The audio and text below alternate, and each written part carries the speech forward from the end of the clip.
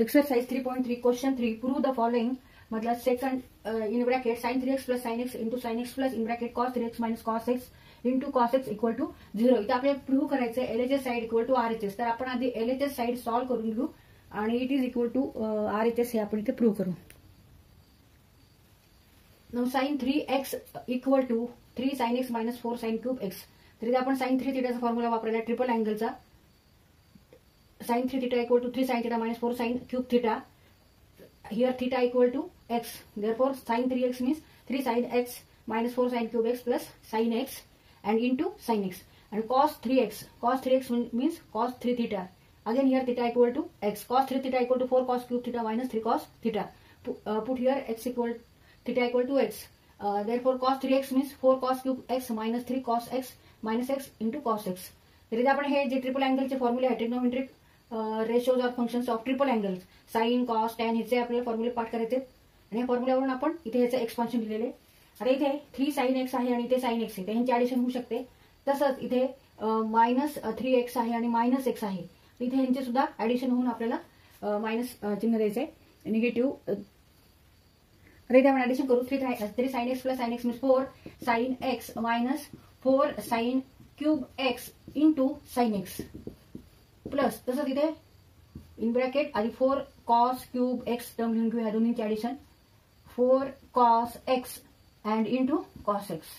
आता इथे sin x नी 4 sin x ला मल्टिप्लाय करायचे sin x नी मायनस 4 sin क्यूब x ला मल्टिप्लाय करायचे तसंच cos x नी 4 cos क्यूब x ला मल्टिप्लाय करायचे आणि cos x नी 4 cos x ला मल्टिप्लाय करायचे.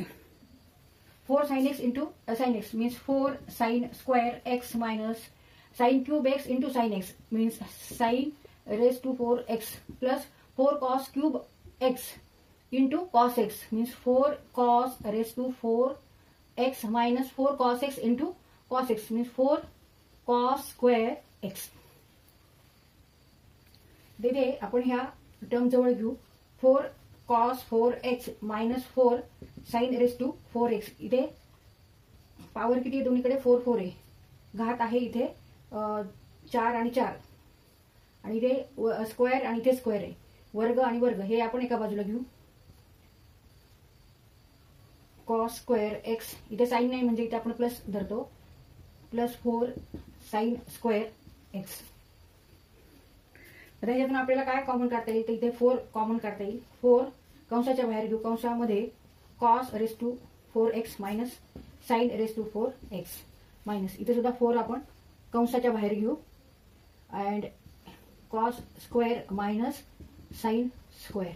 इथे पॉझिटिव्ह साइन आहे पण इथे आपण निगेटिव्ह घेतलं तर कंसाच्या बाहेर इथे मायनस आहे निगेटिव्ह साइन आहे मग इथे निगेटिव्ह बिकम्स पॉझिटिव्ह. आता इथे आपल्याला a square minus b square means a minus b in another bracket a plus b हा फॉर्म्युला वापरायचा आहे.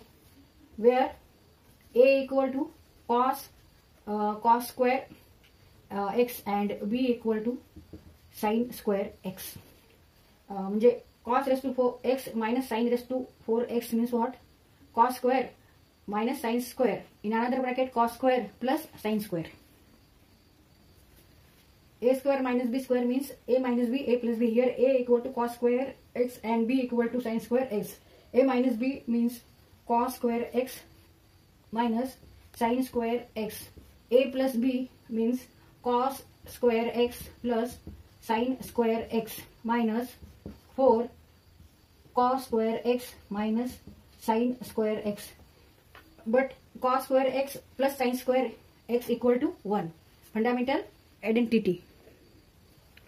Or sin square x plus cos square equal to 1 or cos square x plus sin square equal to 1. मग आता ह्या ब्रॅकेटची value किती आहे 1 आहे त्याच्यामुळे आता फक्त आपण इथे 4 in bracket cos square x minus sin square x equal to 1 लिहिलं नाही तरी चालेल minus 4 in bracket cos square x minus sin square x. आता इथे ह्या दोन्ही टर्म काय आहेत सारख्या आहेत एक इथे पॉझिटिव्ह आहे एक निगेटिव्ह आहे म्हणजे इथे काय होणार वजाबाकी केली दोन्ही टर्म सारखे आहेत आणि वजाबाकी झाली तर उत्तर काय येणार आहे 0 and it is equal to RHS side. Therefore LHS equal to RHS.